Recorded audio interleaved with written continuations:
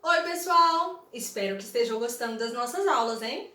Hoje nós vamos falar de dois assuntos que contribuíram para a crise do século XIV, colocando fim ao período que a gente conhece como Idade Média. São eles: revoltas camponesas e Guerra dos 100 Anos. Então vamos lá? Começaremos pelas intensas revoltas camponesas. Durante o século XIV, a Europa Ocidental vivenciou um período de crise, ocasionado pela Grande Fome, gerada por graves mudanças climáticas, pela peste negra e pelas guerras. Com tudo isso, começou a faltar mão de obras nos campos e a produção agrícola acabou diminuindo. Isso gerou prejuízos para a nobreza feudal. Para tentar amenizar as perdas, a nobreza aumentou a exploração dos camponeses, controlando-os mais rigidamente e cobrando mais tributos dos mesmos. Famintos, cansados e sem a proteção dos senhores, os camponeses deram início às revoltas, incendiando colheitas, fugindo, assassinando senhores, queimando castelos, entre outras ações de rebeldia. Um exemplo dessas revoltas foi a Jacques-Ryer, na França, que aconteceu em 1358. O nome Jacques-Ryer vem do termo Jacques, que pode ser traduzido como João Ninguém. Era usado pelos nobres se referindo de forma pejorativa aos camponeses. Foi um conjunto de revoltas que se iniciou de forma espontânea nas mediações de Paris e no interior da França. Os milhares de camponeses participantes praticaram os atos de rebeldia anteriormente citados, sendo eles bem violentos. Com o passar do tempo, elas se tornaram manifestações armadas contra o poder da nobreza. Primeiramente, os nobres fugiram, abandonando inclusive seus bens. Porém, a reação das elites não demorou e veio de forma brutal. De posse das melhores armas e de treinamento militar, cavaleiros e as tropas do rei francês Carlos III passaram a enfrentar os camponeses. O movimento foi sufocado, deixando mais de 20.000 mortos. Embora tenham sido massacrados, essas revoltas contribuíram para o enfraquecimento da servidão na Europa Ocidental. Além das revoltas camponesas que movimentaram alguns países europeus, principalmente a França, iniciou-se também no século XIV a famosa Guerra dos 100 Anos. Vamos começar compreendendo o que foi esse longo acontecimento histórico. Guerra dos 100 Anos é o nome que se dá aos diversos conflitos armados iniciados em 1337 e que terminaram no ano de 1453, entre as duas grandes potências europeias da época, Inglaterra e França. Os ingleses e franceses se revezavam nas vitórias das batalhas. Apesar de se chamar Guerra dos 100 Anos, ela durou 116 anos. A guerra, contudo, não foi contínua. Havia um período de trégua e paralisações por motivos outros, como a peste negra e as revoltas camponesas. Efetivamente, foram 55 anos de confronto. Mas quais foram os motivos que deram início a essa guerra? O primeiro motivo foi a disputa entre ingleses e franceses por determinados territórios franceses, sobretudo Flandres, que ficava mais essa parte de cima da França, que era uma região economicamente rica pelo comércio e pela produção de tecidos. Ou seja, claro que todo mundo queria uma região que gerava muita riqueza, né? O segundo motivo foi a disputa pelo trono da França entre o rei inglês Eduardo III e o francês Felipe de Valois. Em 1328, o rei francês Carlos IV morreu, sem deixar nenhum herdeiro. O rei inglês Eduardo III, que era sobrinho do falecido, reivindicou o trono para si. Porém, ele vinha de uma linhagem feminina da família, o que impedia ele de ser o rei. Porém, ele não desistiu. Além dele, outros nobres parentes do antigo rei reclamaram o mesmo direito. Valois também era sobrinho de Carlos IV e entrou nessa briga. Mas é importante lembrar que esses são apenas os motivos iniciais que impulsionaram essa guerra. No decorrer de mais de um século, outros motivos políticos e pessoais foram surgindo. E vários reis franceses e ingleses passaram no governo dessas duas potências europeias medievais. Mas afinal, qual foi o resultado dessa longa guerra? Depois de se alternarem os triunfos entre ingleses e franceses, a vitória final ficou na mão dos franceses. Os ingleses foram expulsos da maior parte do continente. O que podemos dizer é que houveram muitas consequências ocasionadas pela guerra. Positivas e negativas foram elas. Muitos campos cultiváveis foram destruídos durante tantos anos de batalha. Tiveram milhares de mortos de ambos os lados.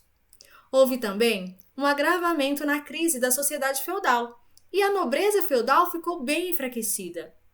Gerou ainda uma grave crise econômica para ambos os reinos, atrasando a entrada da França e da Inglaterra nas grandes navegações. Houve ainda a centralização do poder nas mãos dos reis e a formação dos Estados Nacionais da França e da Inglaterra. A luta propiciou ainda o surgimento do nacionalismo, sentimento até então vago na Europa. A partir das batalhas da Guerra dos 100 Anos, começou-se a ter honra de pertencer a uma nação. Esse sentimento de nacionalismo foi aflorado principalmente por causa de uma figura histórica, Joana d'Arc. Vamos conhecer um pouco da história dessa santa guerreira? Joana d'Arc nasceu na região de Lorena, na França. Há uma estimativa de que ela tenha nascido em 1412, já que em seu julgamento ela revelou ter só 19 anos. Ela era a caçula entre 4 filhos de um casal de agricultores e artesãos. A família era muito religiosa, frequentava a igreja com regularidade.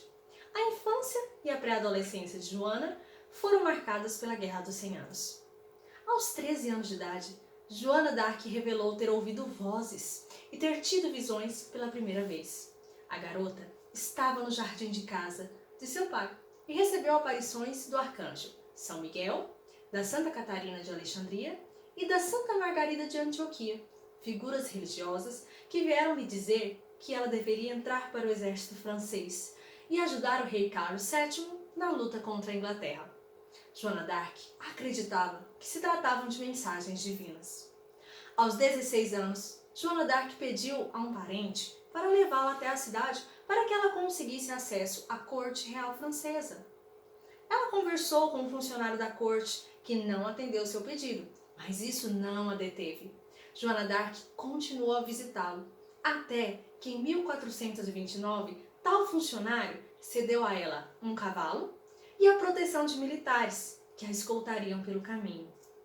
Antes de partir para visitar o rei Carlos VII, porém, Joana d'Arc cortou seu cabelo curto e vestiu-se como um homem, acreditando que ganharia mais crédito se não tivesse aparência feminina.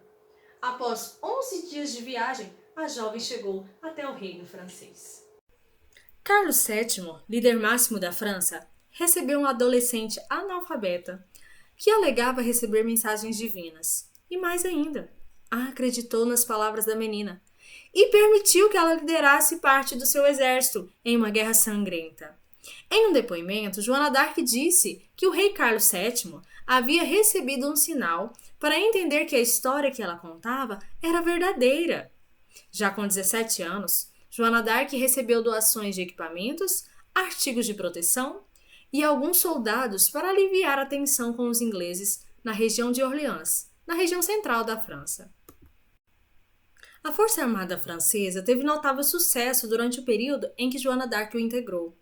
Para os ingleses, as vitórias dos inimigos e o poder da jovem camponesa indicavam que ela era, na realidade, uma bruxa possuída pelo diabo. A ideia de que Deus estaria apoiando a França não entrava na cabeça dos ingleses.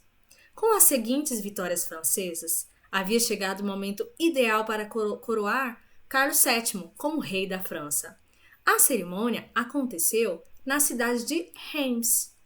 Para legitimar a coroação de Carlos VII, o rei resolveu marchar até Paris, a capital da França. O Duque de Borgonha, contrário ao rei Carlos VII, aumentou a defesa da capital da França e em outras cidades, pegando de surpresa os franceses pelo caminho. Sem muitas opções, o exército da França aceitou as rendições em várias cidades, sem nem mesmo lutar. Quando chegaram a Paris, em setembro, foram atacados. O governo real decidiu dissolver o exército e iniciou uma campanha em busca da diplomacia. Com essa nova medida, Joana d'Arc já não tinha mais apoio para lutar. Sem o suporte do rei, ela continuou a participar de batalhas por conta própria, com pouquíssimos militares. Em maio de 1430, ela foi capturada pelas tropas borgonhesas, por um valor de 10.000 libras. Joana d'Arc foi vendida ao exército da Inglaterra. Em 1431, foi levada para julgamento, sendo acusada de ser bruxa, herege, possuída pelo demônio. Até sua virgindade foi questionada. E o fato dela utilizar roupas masculinas foi uma alegação para desacreditar a camponesa. Em 30 de maio de 1431, Joana d'Arc foi levada para a fogueira. Enquanto ela queimava viva e a plateia chamava de bruxa, mentirosa e blasfema, ela pronunciava suas últimas palavras, que eram Jesus, Jesus, Jesus, até não conseguir dizer mais nada. Apesar de ter morrido como herege e bruxa, durante a década de 1456, a camponesa foi considerada inocente pelo Papa Calixto III. Em 1920, depois de muito tempo, ela foi considerada santa pelo Papa Bento XV. Hoje, ela é considerada padroeira da França. Com o fim da Guerra dos 100 Anos, chega ao fim um importante período da história, a Idade Média.